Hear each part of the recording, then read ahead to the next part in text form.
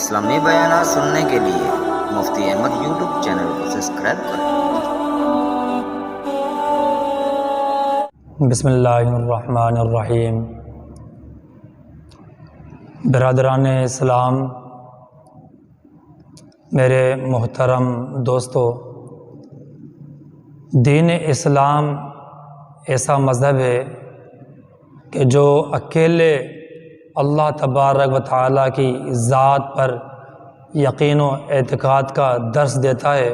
جب سے ہم نے اکیلے تنہا اللہ کی ذات کو چھوڑ کر، اللہ کی ذات پر یقین کو چھوڑ کر غیر اللہ کے دربار میں تعلق کو اپنا لیا ہے، تب سے ہم مختلف بھول بھلیوں کے اندر مصروف ہو گئے اور مختلف پریشانیوں کا شکار ہو گئے، اور یہاں تک کہ ایسی نوبت پہنچی ہے کہ جانوروں سے اور پتھروں سے، ستاروں سے اور مختلف چیزوں کو نفع نقصان کا خیال کرنا اور ان سے بدشگونی لینا اور وہم کرنا، ان تمام چیزوں کے اندر ہم پڑ گئے۔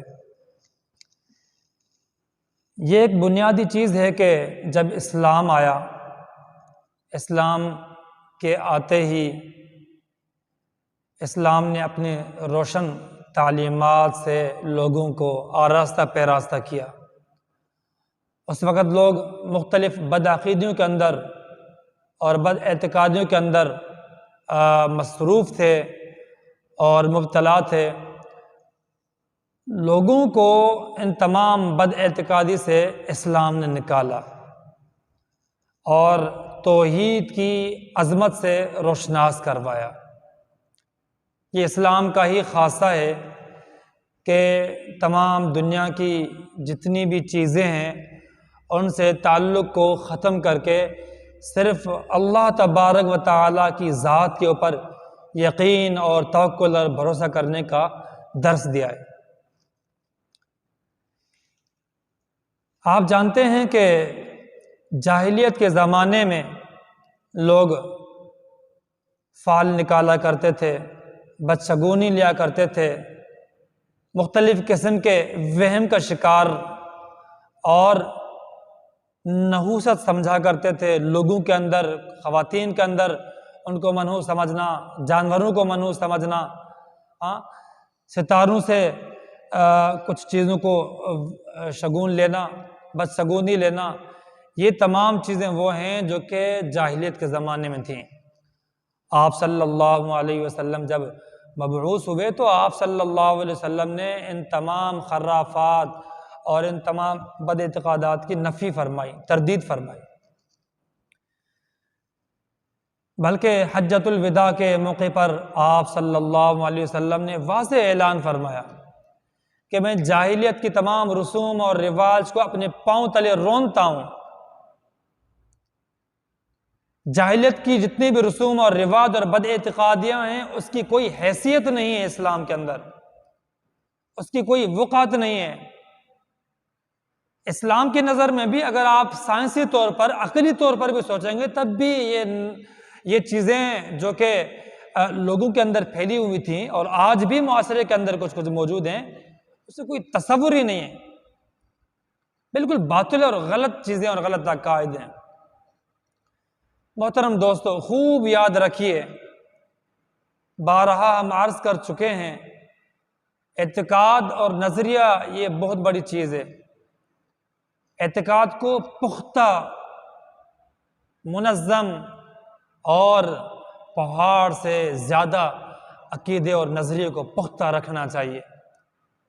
اکیلے اللہ کی ذات کے اوپر مکمل یقین اور بھروسہ ہونا چاہیے،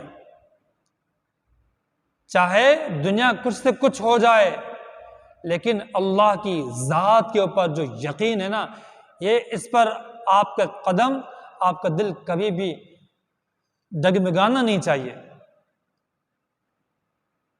اور یہ یقین کر لینا چاہیے کہ تمام تر خیر و شر نفع نقصان کا مالک اللہ تعالیٰ ہے، اللہ تعالیٰ کی ذات ہے۔ حدیث مبارکہ کے اندر آتا ہے، مفہوم ہے، پوری کائنات اگر مل جائے اور کسی کو نقصان پہنچانا چاہے، لیکن اگر اللہ تعالیٰ نہ چاہے، دنیا کی کوئی بھی طاقت اس شخص کو کوئی نقصان نہیں پہنچا سکتی۔ اور اگر دنیا کی ساری طاقتیں مل کر کسی کو فائدہ پہنچانا چاہے، لیکن اللہ کی ذات اگر نہ چاہے تو کوئی بھی طاقت فائدہ نہیں پہنچا سکتی۔ تمام تر قوتیں، تمام تر چیزیں اللہ تعالیٰ کے پنجے، اللہ تعالیٰ کی قبضے قدرت کے اندر ہے۔ لہذا اس چیز کا عقیدہ رکھنا چاہیے۔ خوشی، غمی، نفع، نقصان، شادی، غمی، مصائب، پریشانیاں، اچھائی، بھلائی، الغرض، جتنی بھی کیفیات، جتنے بھی حالات ایک انسان کی زندگی کے اندر آتے ہیں، وہ سب کے سب اللہ تعالیٰ کے محتاج، اللہ تعالیٰ کی قبضے قدرت کے اندر ہے۔ اس سفر کے مہینے کے حوالے سے ہمارے معاشرے کے اندر کچھ غلط قسم کے عقائد، خیالات، وساوس، سوچ اور چیزیں پائی جاتی ہیں ہمارے معاشرے کے اندر۔ بہت سارے لوگ یہ سمجھتے ہیں کہ سفر کا جو مہینہ ہے یہ بڑا منحوس مہینہ ہے، نحوست والا مہینہ ہے، اور اس مہینے کے اندر آفات، مصائب اور بلیات نازل ہوتی ہیں۔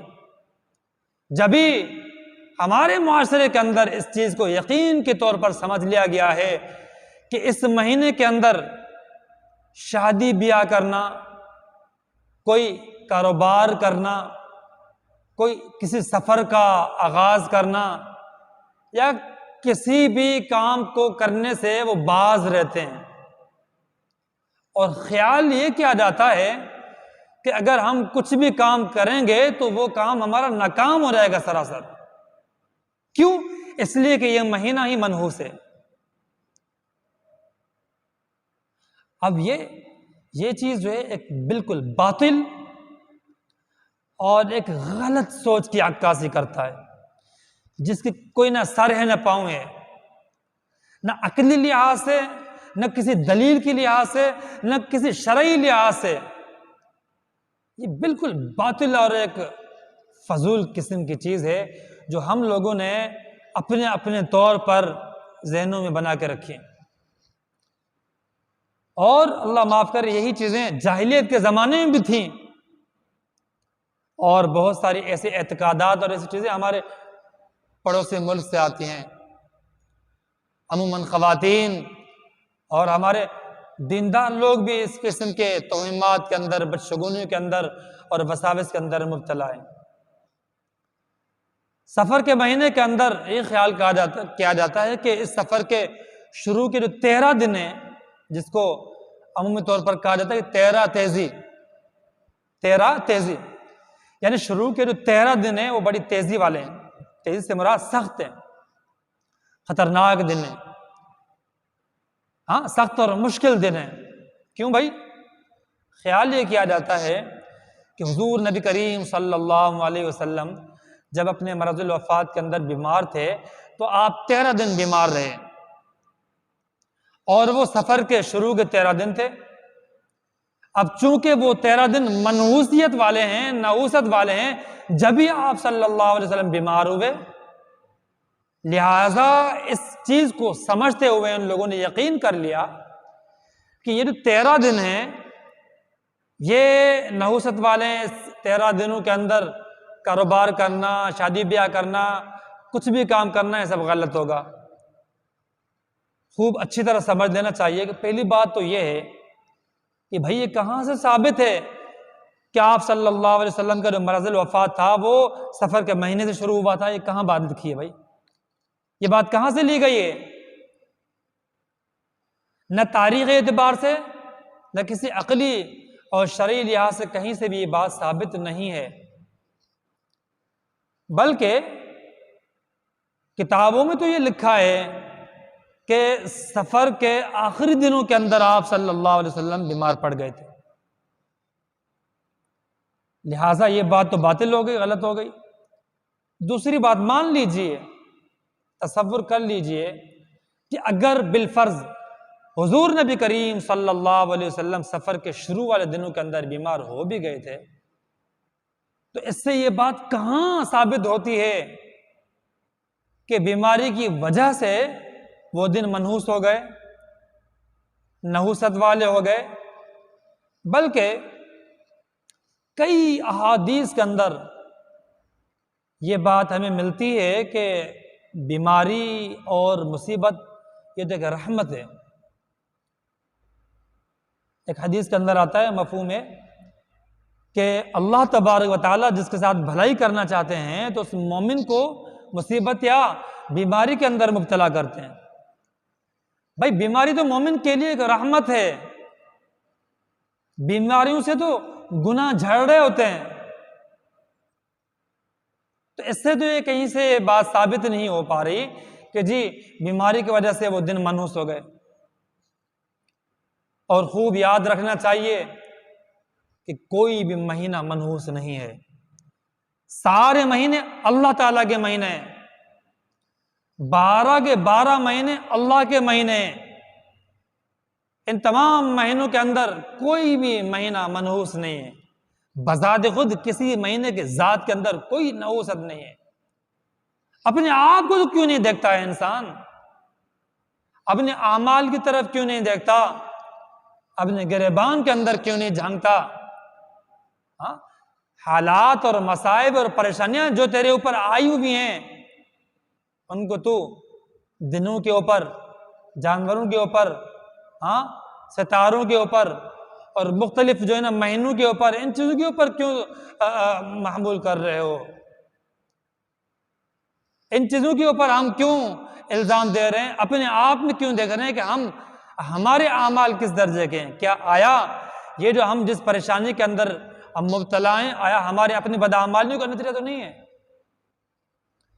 لہٰذا تمام خیر و شر میں نے پہلے سے عرض کر دیا کہ وہ سب کا سب اللہ تعالیٰ کی قبضۂ قدرت میں، اللہ تعالیٰ کے حکم سے ہی آتا ہے، کسی مہینے کی وجہ سے کوئی نحوست نہیں آتی۔ اسی طرح کچھ لوگوں کا یہ خیال ہے کہ سفر کے مہینے کے اندر جو آخری مہینے کے اندر جو آخری بدھ آئے گا نا، وہ بدھ کا دن بڑا خوشیوں والا دن ہوتا ہے۔ اس دن، بدھ کے دن جو ہے نا، آپ صلی اللہ علیہ وسلم نے غسل فرمایا تھا، صحت کا غسل فرمایا تھا۔ آپ کو تندرستی عطا ہوئی تھی، آپ نے صحت کا غسل فرمایا، لہٰذا اس دن کے اندر، بدھ کے دن، کھانے پکانے چاہیے، خوشیاں منانی چاہیے۔ اس کی بھی کوئی حقیقت شریعت اور اسلام کے اندر نہیں، بلکہ ایک واقعہ آتا ہے حدیث کے اندر کہ ایک دیہاتی نے، بدوی نے آپ صلی اللہ علیہ وسلم سے سوال کیا، کبھی کبھار ہمارے جانوروں کے اندر، اونٹوں کے اندر، اونٹوں میں سے کسی اونٹ کو کوئی خارش کی بیماری لگتی ہے تو اس خارش کی بیماری سے بقیہ اونٹوں کو بھی بیماری لگ جاتی ہے۔ اس کا مطلب یہ ہوا کہ ایک سے دوسرے کی طرف بیماری کا منتقل ہونا یہ ثابت ہو رہا ہے۔ تو آپ صلی اللہ علیہ وسلم نے اس کی سوچ کو درست کرنے کے لیے، اس کے نظریے کو درست فرمانے کے لیے آپ صلی اللہ علیہ وسلم نے فرمایا کہ بھائی یہ تو بتاؤ، جو پہلے جانور کو جو بیماری لگی تھی پھر وہ کہاں سے لگی بیماری؟ ہاں بھائی، اگر آپ کہتے ہو کہ ایک سے دوسرے کی طرف منتقل ہو رہی تو پہلے جانور کی بیماری کہاں سے لگی، کس سے لگی اس کو؟ تو لہٰذا اس سے یہ بات معلوم ہوئی کہ مصیبت کا آنا، بیماری کا آنا، اچھائی کا آنا، بھلائی کا آنا، یہ سب اللہ تعالیٰ کے فیصلے ہیں، اللہ تعالیٰ کی طرف سے آتا ہے۔ اسی طرح ولا سفر، آپ صلی اللہ علیہ وسلم نے باطل قرار دے دیا سفر کو، کہ سفر کی کوئی حقیقت نہیں ہے، یعنی اعتقاد رکھنے کی کوئی حقیقت نہیں، ولا سفر۔ اسی لیے علماء نے سفر کے ساتھ سفر المظفر کہا ہے، یعنی کامیابی کا مہینہ، خیر کا مہینہ، سفر الخیر بھی کہا جاتا ہے، بھلائی اور خیر کا مہینہ، کامیابی کا مہینہ۔ اس لیے میرے عزیزو دوستو، سفر کے اندر، اس مہینے کے اندر کوئی نحوست نہیں ہے۔ آپ جانتے ہیں حضرت عمر فاروق رضی اللہ تعالیٰ عنہ کے دور خلافت کے اندر ایک واقعہ تھا۔ مصر کے اندر قدیم زمانے سے ایک رسم چلی آ رہی تھی کہ دریائے نیل کے اندر ان لوگوں کا یہ ماننا تھا کہ وہ اپنی ایک کنواری نوجوان لڑکی کو اس دریائے نیل کے سامنے پیش کرتے تھے۔ ان کا یہ ماننا تھا کہ اگر ہم یہ لڑکی کو پیش نہیں کریں گے تو ہمارے دریا خشک ہو جائے گا، قحط پڑ جائے گا، اس لیے ہم لڑکی کو پیش کرتے ہیں تاکہ یہ پانی رواں دواں رہے۔ جب عمر فاروق رضی اللہ تعالیٰ عنہ کا دور خلافت آیا تو آپ نے حضرت عمر بن عاص رضی اللہ تعالیٰ عنہ کو مصر کا گورنر بنا کر بھیجا۔ تو حضرت عمر بن عاص رضی اللہ تعالیٰ عنہ نے وہاں کے حالات خط کے ذریعے عمر رضی اللہ تعالیٰ عنہ کو بھیجے کہ یہاں لوگوں کا نظریہ یہ ہے اور لوگ یہ سمجھتے ہیں۔ عمر رضی اللہ تعالیٰ عنہ نے فوری طور پر خط بھجوایا اور گورنر کے نام پیغام بھجوایا کہ اس چٹھی اور اس خط کو دریائے نیل کے اندر ڈال دیا جائے۔ اور جیسے ہی اس خط کو دریائے نیل کے اندر ڈال دیا گیا اور فوری طور پر دریا کا پانی تیزی کے ساتھ رواں دواں ہو گیا۔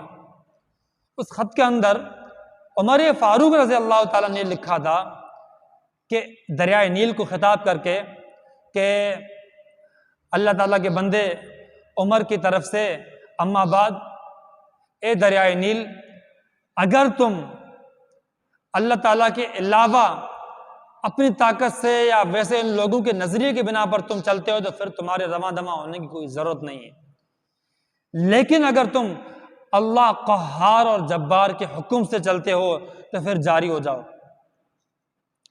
اتنی بات لکھی تھی اور وہ پانی جاری و ساری ہو گیا۔ اور یوں عمر فاروق رضی اللہ تعالیٰ نے اس لوگوں کی جو قدیم زمانے سے ایک باطل نظریہ اور باطل سوچ تھی اس کی نفی کر دی اور تردید فرما دی۔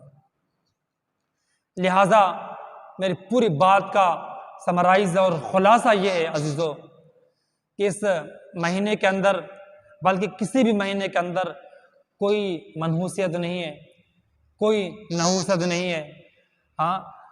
اسی طرح جانوروں کے اندر آپ نحوست کوئی نہیں ہوتی، لوگوں کے اندر، انسانوں کے اندر کوئی نحوست نہیں ہوتی، گھر کے اندر کوئی نحوست نہیں ہوتی۔